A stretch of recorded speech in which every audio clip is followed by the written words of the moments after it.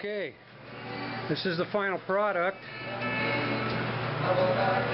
Turned out pretty good. I had to make some modifications.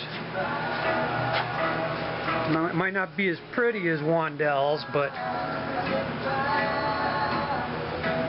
it works. I used an old circular saw motor and cut the housing off. Put a pulley on it. Made a wooden pulley for the top. Made the door to cover it. And she screams. Watch this.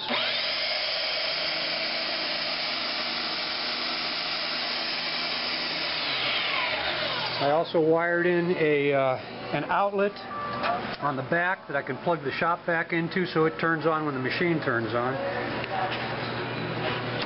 And I'll put the dust collector on it in a second.